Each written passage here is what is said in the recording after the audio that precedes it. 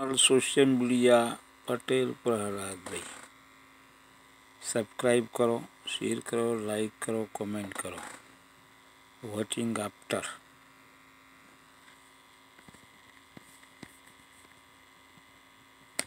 6G chip बनाई है। 6G chip का मतलब यहाँ पर है कि इंटरनेट कनेक्टिविटी है, इंटरनेट की स्पीड अब और तेज होने वाली है। अभी हम जो है 4K पर जो है वीडियो देखते हैं, इस चिप के माध्यम से 8K में आप जो है वीडियोस देख पाएंगे और डाउनलोडिंग की जो स्पीड है वो भी बहुत तेज होने वाली है। तो 6G के बारे में बात करेंगे। इसके साथ ही हमारे यहाँ पर मोबाइल नेटवर्किंग का इतिहास क्या रहा है, कुछ सवाल आपसे भी पूछूंगी कि भारत में पहली मोबाइल कॉल कब और किसके द्वारा की गई थी और कैसा जो है इतिहास है। तो बहुत सारे जो नोस्टाल्जिया वाली चीज़ें हैं पुरानी, यहाँ पर 1 बाय 1 सारी रिवाइज करेंगे। देखिए क्या लिखा है। बन गई दुनिया की जो है पहली 6G चिप, 5000 गुना बढ़ जाएगी इंटरनेट की रफ्तार। 5000 गुना तेजी से ये जो है आपको डाउनलोडिंग की जो है स्पीड प्रोवाइड करेगी। वीडियो स्ट्रीमिंग हो गया, वीडियो कॉल और लेटेंसी रेट, ये सारा जो है यहाँ पर कम हो जाएगा और बहुत सारे बेनिफिट जो है आपको देखने को मिलेंगे। जितने लोग वीडियो देख रहे हो, गुड मॉर्निंग, गुड आफ्टरनून। देखो क्या लिखा। हाल ही में चीनी वैज्ञानिकों ने दुनिया की पहली ऑल फ्रिक्वेंसी क्यों कहा जा रहा है, क्योंकि इसके पहले जो भी हमारे यहाँ पर चिप्स वगैरह या जो भी नेटवर्क प्रोवाइडर होते थे उनके लिए अलग अलग फ्रिक्वेंसी की जरूरत पड़ती थी, लेकिन इसकी खासियत क्या है, सभी फ्रिक्वेंसी एक साथ ही यहाँ पर काम करने वाली है। तो ये बना ली गई 6G चिप विकसित की है। अब आपको या बहुत सारे लोगों के मन में आ रहा होगा कि भारत में अभी तो बहुत सारी जगह ऐसी हैं जहाँ पर 5G ही नहीं पहुँचा है। कोई बात नहीं, लेकिन जहाँ 5G पहुँच गया है, अगर हमारे पास 6G अवेलेबल हो जाता है तो वहाँ हम 6G की जो है सुविधाएं देना शुरू कर सकते हैं, तो उनका इस्तेमाल करते हैं। अब बात करते हैं यहाँ पर प्रमुख बिंदु। तो क्या है, यह चिप जो है वायरलेस संचार के पूरे स्पेक्ट्रम, मैंने क्या कहा था स्टार्टिंग में कि एकीकृत स्पेक्ट्रम है, तो 0.5 गीगाहर्ट्ज से लेकर के 115 गीगाहर्ट्ज तक जितने भी स्पेक्ट्रम है सबको एक साथ लेकर काम करेगा। ये 100 गीगाबिट्स प्रति सेकंड की या इससे ज़्यादा की रफ्तार से जो है आपके लिए इंटरनेट प्रोवाइड करेगा। 100 गीगाबाइट, समझ रहे हो। ऐसे बहुत सारे लोग होंगे जो कि MB से भी नीचे रहते हैं, उनका नेटवर्क जो है 5KB 500 KB या 600 KB पे चलता है। यहाँ पर हम बात कर रहे हैं 100 गीगाबाइट्स की। इसका अर्थ है कि 50 GB की 8K मूवी कुछ ही सेकंड्स में आप डाउनलोड कर पाएंगे। तो ये देखो इसका फ़ायदा वीडियो स्ट्रीमर्स के लिए, गेमिंग स्ट्रीमर्स जो होते हैं ऑनलाइन गेम की स्ट्रीमिंग करते हैं उनके लिए बहुत फ़ायदेमंद रहने वाला, और भी लोग हैं जो इसका फ़ायदा उठाएंगे। नेक्स्ट हम बात करते हैं यह विकास क्या करेगा, ग्रामीण और शहरी समुदायों के बीच डिजिटल विभाजन को कम करने में मदद करेगा। अब आपसे अगर पूछो कि कैसे मदद करेगा, पता नहीं। एक प्रश्न मैंने स्टार्टिंग में पूछा था कि भारत की पहली मोबाइल कॉल कहाँ से की गई थी। चलो ठीक है, थोड़ा सा आइडिया देती हूँ। कोलकाता से दिल्ली को की गई थी पहली ऑफिशियल मोबाइल कॉल। किसने की थी, किसे, प्लीज़ जो है जल्दी से कमेंट बॉक्स में कोई बता दो।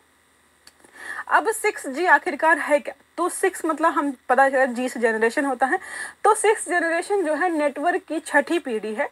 ये 5G की तुलना में कहीं अधिक तेज, विश्वसनीय और लेटेंसी वाला नेटवर्क, कम लेटेंसी वाला नेटवर्क है। वैसे भी जो 5G में अगर लेटेंसी रेट देखेंगे तो 1 मिलीसेकंड से लेकर 20 मिलीसेकंड तक का है, जो कि वैसे भी बहुत कम है। 6G तकनीकी का भविष्य में निम्न क्षेत्रों में हम इस्तेमाल कर पाएंगे। वर्चुअल रियलिटी VR में, ऑगमेंटेड रियलिटी में भी कर पाएंगे, इसके अलावा होलोग्राफिक सर्जरी में भी कर पाएंगे। होलोग्राफी या होलोग्राम्स के बारे में आपने पढ़ा ही होगा, कुछ समय पहले पढ़ाया था कि चीन और जो है दक्षिण कोरिया में बहुत ज़्यादा चर्चा में है। मेटावर्स और AI नेटिव नेटवर्क के बाद स्पेस कम्युनिकेशन और IoT, इंटरनेट ऑफ थिंग्स, इसमें जो है हम इसका इस्तेमाल कर पाएंगे। ओके, बहुत सारे इस्तेमाल, ज़्यादातर वही है जो कि हम कर रहे हैं, काम उन्हीं को और अच्छे तरीके से कर पाएंगे। ओके, अब बात करते हैं यहाँ पर जो है चीन के जो 6G चिप है, यहाँ पर प्रमुख विशेषताएं इस चिप की क्या रहने वाली है। तो ये हमने देखा है कि रेंज जो है बहुत ब्रॉड रहने वाली है, अलग अलग सिस्टम की ज़रूरत पड़ती थी, अब जो है एक ही सिस्टम से आप अलग अलग आवृत्तियों पर काम कर पाएंगे। किसी ने कमेंट किया है कि 5G नहीं चलता है, 6G क्या चलेगा। चलता है ऐसा नहीं है। हाँ कई बार जो है खासकर जो है अगर नाम लेना चाहूँ तो लोग जियो के पीछे पड़े रहते हैं कि जियो जो है ठीक से नेटवर्क नहीं प्रोवाइड करता है। बाकी एयरटेल हो गया, वोडा हो गया, आइडिया होगा, वीआई, दोनों का इंटीग्रेटेड आपको सिम मिल जाता है। और भी प्रकार के जो है इंटरनेट या सर्विस प्रोवाइडर हैं जो कि अच्छी खासी स्पीड देते हैं। हाँ कुछ जगहों पर जो है सच में कनेक्टिविटी बहुत बेकार होती है। इतना सब करने के बावजूद कभी आप गांव में चले जाओ या किसी भी पिछड़े इलाके में चले आओ तो सबसे पहले अगर आपका साथ छोड़ेगा कोई तो वो मोबाइल का नेटवर्क होता है, बाकी चीज़ तो आपके साथ चलती रहेंगे। तो ये थोड़ी समस्या है, उस पर तो काम हो रहा है, लेकिन इसका मतलब ये नहीं है ना कि हम आगे बढ़ना मतलब बंद कर दें। जैसे आप सारे सब्जेक्ट्स पढ़ते हो, एक सब्जेक्ट कोई ऐसा होता है कि उसको बार बार पढ़ना पड़ता है लेकिन याद ही नहीं होता है। तो ऐसा तो नहीं है कि बाकी सब्जेक्ट छोड़ करके पहले इसी पर लग जाते हो। आप क्या करते हो कि बाकी को 1-1 घंटा देते हो, इस पर 2 घंटे काम करते हो। तो ऐसे ही सरकार भी प्रयास कर रही है कि हम नए प्रकार की इनोवेशन करते रहें, बाकी जहाँ पर पिछली तकनीकी नहीं पहुँची है वो भी पहुँचा दें। किसी ने कमेंट किया है कि हाँ जियो बिल्कुल नहीं चलता है, जियो को लेकर बहुत समस्याएं हैं। अब हमने ये देखा है 100 GB इसकी स्पीड होने वाली है। ग्रामीण अमेरिका की औसत मोबाइल स्पीड हम क्यों कंपेयर कर रहे हैं? 20 MB से लेकर जो है लगभग 5000 गुना, मतलब ग्रामीण अमेरिका की जो वहाँ के जो गरीब है, यहाँ के अमीर होते हैं, उसका कंपैरिजन क्यों ही करना है। जो है बैंड इंटीग्रेशन हमने देखा है कि अलग अलग प्रकार की चीज़ें एक साथ काम करेंगे। देखो लिखा है पहले 9 अलग अलग रेडियो सिस्टम की ज़रूरत थी, लेकिन अब क्या है एक ही थंबनेल आकार के लगभग जो है 11 मिलीमीटर से लेकर के 1.7 मिलीमीटर का मल्टीप्लाई के साथ जो है चिप में ही समाहित कर दिया गया। तो सारी चीज़ें जो है एक छोटी सी चिप में आपको मिल जाएंगी, तो अपने आप में बहुत अच्छा रहने वाला है। नेक्स्ट हम बात करते हैं फ्रीक्वेंसी और नेविगेशन सिस्टम। तो किसी बैंड में बाधा आने पर यह स्वचालित रूप से दूसरे बैंड में शिफ्ट हो जाएगा। समझ रहे इसका मतलब? जैसे आपका होता है ना, अभी आप जैसे नेट चला रहे हो, आपका 5G सिम है, नहीं नेटवर्क वहाँ पर आए तो 4G में ऑटोमेटिक शिफ्ट हो जाता है। तो वैसे ही यहाँ पर बोला जा रहा है कि क्या बोला जा रहा है कि बैंड में बाधा अगर होती है तो दूसरे वाले में जो है ऑटोमेटिक ये स्विच कर जाएगा। फोटो जो है फोटोनिक इलेक्ट्रॉनिक संचालन के बारे में बात करते हैं। तो ऑप्टिकल सिग्नल का उपयोग किया जा रहा है, इससे अल्ट्रा वाइड जो है बैंडविड्थ मिल जाती है। ऑप्टिकल फाइबर्स या जो है ऑप्टिकल सिग्नल्स के माध्यम से बात करें तो इसमें जो है बैंडविड्थ अच्छी खासी मिलती है, और वो जो है जो भी हमारा काम होना होता है वो बहुत स्पीड से, समय से और अच्छे प्रकार से हो पाता है। ओके ठीक है, अब बात करते हैं संभावित लाभ क्या क्या होंगे। अगर कोई आपसे पूछे कि 6G आने के बाद जो है क्या क्या लाभ होंगे, तो लाभ बताने हैं, भले ही वो हो या ना हो, लेकिन फिर भी वो जो लाभ हो सकते हैं वो सारे बताएंगे। पहला यहाँ पर है ग्रामीण और दूरस्थ क्षेत्रों में बेहतर कनेक्टिविटी होगी।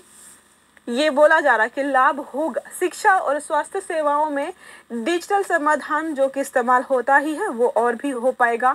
AI नेटवर्क जो है नेटिव नेटवर्क का इस्तेमाल हम और बेहतर तरीके से कर पाएंगे हार्डवेयर के आधार पर। साथ में व्यवसायिक अवसरों और डिजिटल अर्थव्यवस्था को क्या मिलेगा? बढ़ावा मिल जाएगा। ये सारे बेनिफिट्स हैं। अब देखो चाहे 4G हो, चाहे 3G हो या 5G आ गया है, 6G आ गया है, जब भी तकनीकियाँ आती हैं लाभ यही होते हैं। कल को 7G आ जाएगा ना, फिर भी यही बोलना, सारे लाभ यही होंगे आपको। हो सकता है कि एक आधा और एक्स्ट्रा हो जाए, लेकिन बाकी सिमिलर रहता है। भीड़ भाड़ वाले स्थानों में जैसे स्टेडियम हो गया, संगीत समारोह हो गया, यहाँ पर नेटवर्क जो है कई बार बंद हो जाते हैं क्योंकि बहुत ज़्यादा लोग एक्सेस कर रहे होते हैं, तो फिर भी इसको हम बेहतर तरीके से चला पाएंगे, इन्होंने यहाँ पर बोला है। ठीक है, गुड आफ्टरनून। कोई कमेंट कर रहा है कि मैम क्यों नहीं आ रही है। मुझे पता होता तो मैं एक बार में आपको जवाब दे देती, अब नहीं पता है मुझे।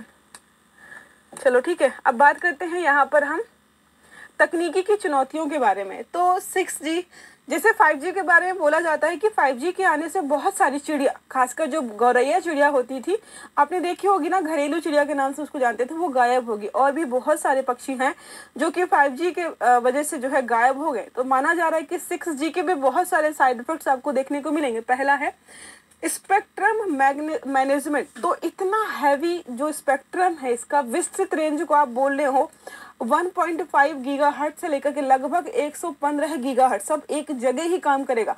आप इसको मैनेज कैसे करेंगे, सबसे बड़ी समस्या यहाँ पर ये है। दूसरा है लागत और जटिलता, 5G को इम्प्लीमेंट कर नहीं पा रहे, इतनी महंगी जो है तकनीकी है, तो 6G की स्थापना आप कैसे करेंगे, ये प्रश्न यहाँ पर है। और नेक्स्ट यहाँ पर देखो क्या है, विद्युत चुंबकीय व्यवधान, तो इलेक्ट्रोमैग्नेटिक इंटरफेरेंस होगा, ये बहुत ज़्यादा नुकसानदायक हो सकता है इंसानों के लिए, पशुओं के लिए, पक्षियों के लिए, इवन इन्वायरमेंट के लिए भी। आप इसका समाधान कैसे करेंगे, ये यहाँ पर जो है पूछा जा रहा है, ठीक है। किसी ने कमेंट किया है कि 5G बहुत तेज है, बहुत बढ़िया स्पीड आती है, लेकिन 6G में मैंने क्या बोला है, 6G में बोला जा रहा है कि 100 GB, और क्या बोला है यहाँ पर, 100 GB की आप कोई भी चीज़ विद इन सेकेंड्स डाउनलोड कर पाएंगे, वो भी 8K क्वालिटी में। हम 4K की बात नहीं कर रहे, 8K क्वालिटी की बात करें। अभी अगर आप 8K वीडियो डाउनलोड करना बैठेंगे तो घंटों लग जाएंगे, तो बहुत कम समय लगेगा यहाँ पर। वॉइस क्लियर नहीं है क्या, जितने लोग भी वीडियो देख रहे हो, क्या आवाज़ क्लियर नहीं आ रही है मेरी? एक ने कमेंट किया कि मैम क्लियर कीजिए वॉइस, एक दो लोग और बोल दो तो फिर मैं बुलाती हूँ बाहर से कि भाई आवाज़ क्लियर नहीं आ रही है। अनुज हो गए, सुरवया, शिवाम, अर्जुन, गिन्नी, बता दो कि आवाज़ क्लियर नहीं आ रही है। किसी ने पूछा है कि मैम बैंड क्या होते हैं, बैंड विड्थ क्या होती है। अब ये देखो बहुत टेक्निकल टर्म है, अब कैसे बताऊँ, मतलब एक फ्रीक्वेंसी होती है जिसके माध्यम से चीज़ें जो है पहुंचती हैं। अब जैसे हमारे सोलर सिस्टम में अलग अलग जगहों पर जो है बहुत सारे जो है अलग अलग देशों के अंतरिक्ष में जो है सैटेलाइट्स लॉन्च किए गए हैं, ठीक है। अब जो है मान लीजिए कि ये जगह ऐसी हैं जहाँ पर ऑलरेडी सैटेलाइट्स लॉन्च हो चुके हैं। जो खाली जगह है, अब उनको मान लीजिए कि बैंडविड्थ वही है, जो खाली जगह होती हैं आप उसी स्पेक्ट्रम का इस्तेमाल करके अपनी जो भी कम्युनिकेशन वाली डिवाइसेस है उनको जो है आगे बढ़ा सकते हो। तो उसी प्रकार की कुछ तकनीकी है, ठीक है। बहुत ज़्यादा टेक्निकल टर्म हो जाएगा, उसको मैं एक्सप्लेन नहीं कर पाऊंगी। कोई नहीं, आवाज़ क्लियर है, ऑल क्लियर, डन। अब बात करते हैं हम भारत के लिए निहितार्थ, तो भारत को क्या फायदे होंगे।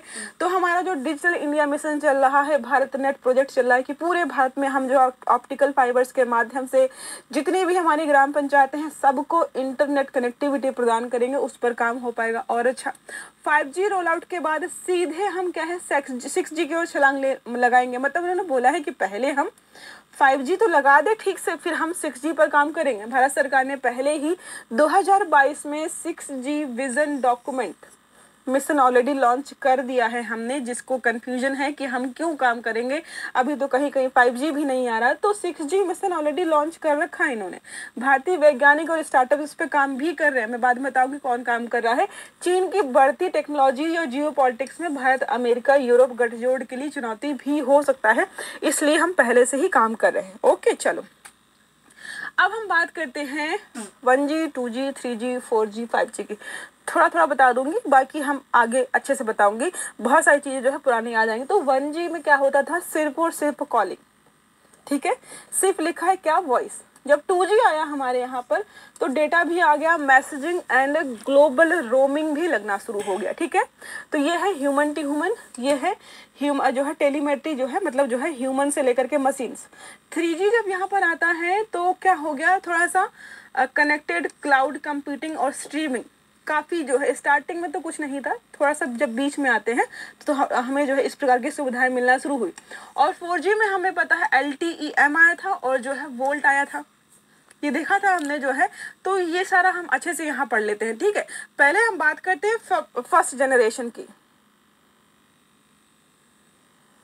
ठीक है। देखो फर्स्ट जनरेशन की हम बात करते हैं तो 1980 के दशक में स्टार्ट हुआ था। एनालॉग जो है सेलुलर सिस्टम का इस्तेमाल किए गए थे। मुख्य विशेषताएं क्या थी, जब स्टार्टिंग में जो है मोबाइल वगैरह आए थे केवल वॉइस कॉल होती थी, ठीक है, सिर्फ और सिर्फ कॉल कर सकते थे। डेटा ट्रांसफर असंभव था, इसके अलावा कॉल क्वालिटी कमजोर थी, सुरक्षा बेहद जो है। ऐसा माना जा रहा है कि जब स्टार्टिंग में कॉलिंग का सिस्टम आया था मोबाइल के माध्यम से तो 16 रुपये पर मिनट लगते थे। 16 रुपए पर मिनट कॉल लगते थे। इसका मतलब इस समय जो मोबाइल के माध्यम से बात कर ले उसको हम बहुत अमीर मान के चलते थे, क्योंकि उस समय 16 रुपए की भी कीमत अधिक थी आज के कंपैरिजन में। उदाहरण के बारे में बात करें कौन कौन सी तकनीकियां थी, तो AMPS advanced mobile phone system USA का था। ठीक है, नेक्स्ट हम बात करते हैं सेकेंड जनरेशन।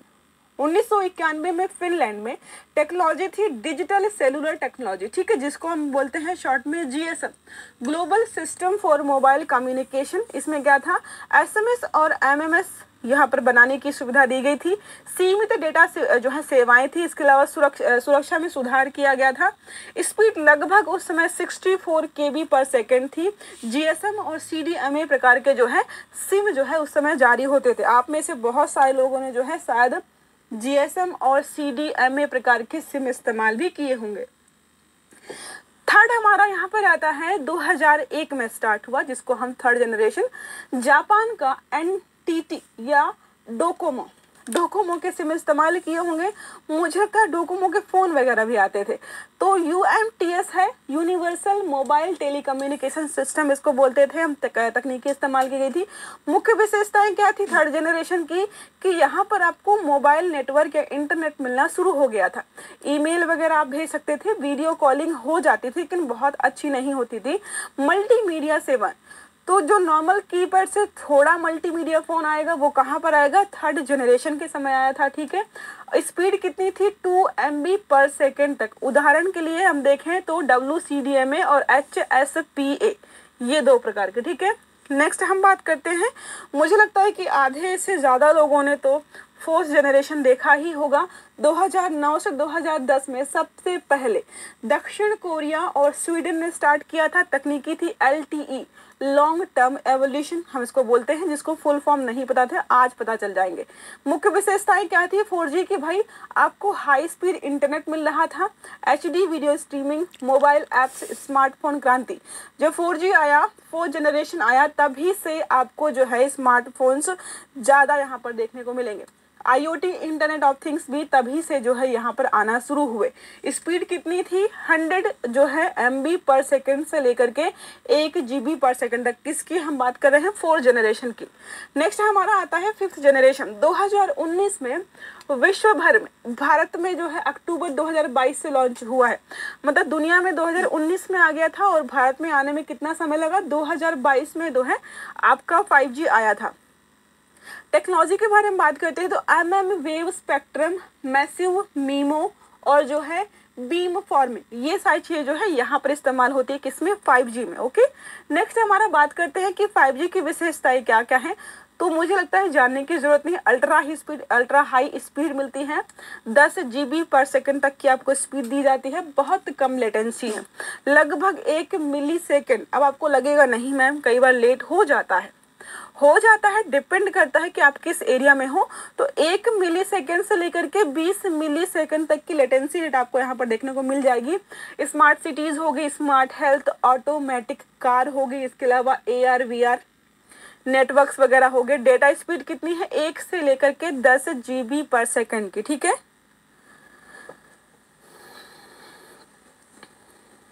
किसी ने कमेंट किया कि हमारे यहाँ तो ढंग से 4G भी नहीं आता है। नहीं आता होगा, जहाँ हम रहते हैं वहाँ पे कभी कभी बहुत बढ़िया 5G चलता है, कभी 5G चलता ही नहीं है, 2G पे 3G पे आ जाता है, तो ये होता रहता है।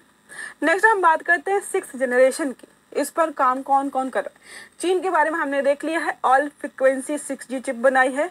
2019 में ही 6G राष्ट्रीय स्तर पर काम करना शुरू कर दिया था। जब दुनिया में फिफ्थ जनरेशन आया था उस समय चीन ने सिक्स्थ जनरेशन पर काम करना शुरू कर दिया था। फिर कंपेयर करते हैं चीन से। 2020 में दुनिया का पहला 6G प्रायोगिक उपग्रह अंतरिक्ष में भेजा गया।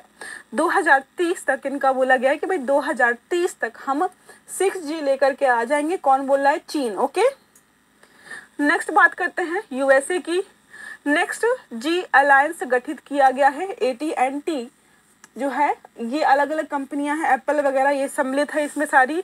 डार्पा हो गया और नासा भी जो है स्पेस बेस्ड 6G पर काम कर रहे हैं। तो इसका मतलब जो है अमेरिका भी यहाँ पर काम कर रहा है। यूरोपीय यूनियन के बारे में बात करते हैं तो हेक्सा एक्स प्रोजेक्ट के नाम से यहाँ पर काम किया जा रहा है, जिसमें कौन कौन काम कर रहा है, नोकिया और जो है एरिस्कॉन। एडिशन जो भी कंपनी है, नाम एक बार देख लीजिएगा, नोकिया तो पता ही होगा जो है। लक्ष्य क्या है, यही कि भाई 6G को लेकर आएंगे। यूरोप में जो है 6G के लिए मानकीकरण में जो है प्रमुख भूमिका यहाँ पर चाहता है। तो यूरोप भी काम कर रहा है, जापान भी काम कर रहा है। जापान का देखो कौन कौन से हैं, NTT डोकोमो जो स्टार्टिंग में आया था, डोकोमो वही यहाँ पर काम कर रहा है। 6G में भी NTT डोकोमो है और जो है NEC कंपनियां जो है 6G पर काम कर रही हैं। 2020 में इन्होंने काम स्टार्ट कर दिया था, 2030 तक इनका मानना है कि हम 6G को लेकर के आ जाएंगे। दक्षिण कोरिया भी काम कर रहा है, यहाँ पर सैमसंग और LG कंपनियां लगातार काम कर रही हैं। सियोल को 6G टेस्ट बेड सिटी के रूप में यहाँ पर विकसित किया जा रहा है। 2028 से 2030 इनका लक्ष्य थोड़ा सा पहले का है, ठीक है। तो हो सकता है कि दुनिया में सबसे पहले अगर कोई 6G लेकर के आए तो कौन हो सकता है, साउथ कोरिया हो सकता है, ठीक है, क्योंकि इनका लक्ष्य थोड़ा सा पहले का। अब बात करते हैं हम भारत की। हमारा लक्ष्य है 2023 से चल रहा है और 2030 तक हमारा लक्ष्य है कि हम भी 6G लेकर के आएंगे। मैंने बताया 2022 में हमने मिशन लॉन्च कर दिया था। अब मिशन लॉन्च किया था, उसके नेक्स्ट ईयर से हम काम कर रहे हैं कि हमारा भी काम बन जाए। यहाँ पर स्वदेशी 6G मानक हम बनाने की बात कर रहे हैं। 2030 तक सेवाएं मतलब स्टार्ट हो जाएंगी। प्रमुख साझेदार मतलब हमारे यहाँ पर कौन कौन काम करेगा 6G पर, तो इसरो हो गया, IITs हमारी अलग अलग हैं, स्टार्टअप्स भी हो सकते हैं इसमें सम्मिलित, और टेलीकॉम कंपनियां जैसे जियो, एयरटेल, BSNL ये सारी चाहें तो सारी मिल करके इसमें काम कर सकती हैं, ठीक है। नेक्स्ट है हमारा, इसके अलावा कनाडा, ऑस्ट्रेलिया, रूस भी जो है रिसर्च स्तर पर सम्मिलित हैं। अब देखो बहुत सारे लोग हैं ना, तो मैं स्टार्टिंग वाला प्रश्न फिर से पूछ लेती हूँ। भारत की पहली ऑफिशियल मोबाइल कॉल किसने किया था? बताया था मैंने, कोलकाता से दिल्ली के लिए किया गया था। कौन कौन से व्यक्ति थे जो कॉल पर थे? यहाँ से हेलो बोला गया, वहाँ पर किसने उठाया? जल्दी से जो है कमेंट बॉक्स में बता दो मुझे। फिर देखो प्रश्न हमारा आ गया है, लगभग हमारी क्लास खत्म होने वाली है। हाथ से लिखें, हाथ ही है, हाथ का ही इस्तेमाल करके लिख रहे हैं क्या? चलो जल्दी से बता दो जो पूछा है मैंने पूछा है पहला ऑफिशियल कॉल। कोई नहीं बताना चाहता, बोलते हैं हमें पता है, लेकिन हम क्यों बताएं, अपने तक रखेंगे, बाकी लोगों को भी जानकारी हो जाएगी। प्रश्न हमारा है, हाल ही में चर्चा में रही दुनिया की पहली ऑल फ्रीक्वेंसी जो है 6G चिप किस देश में विकसित की गई है? पहला है अमेरिका, जापान, चीन या भारत? जल्दी से जल्दी गलत आंसर दो, मैं वेट कर रही हूँ आप में से कितने लोग जो है गलत आंसर देंगे इसका। चलो, तो हमारा सही आंसर क्या है? चीन है। आई होप ये आर्टिकल आपको समझ में आया होगा।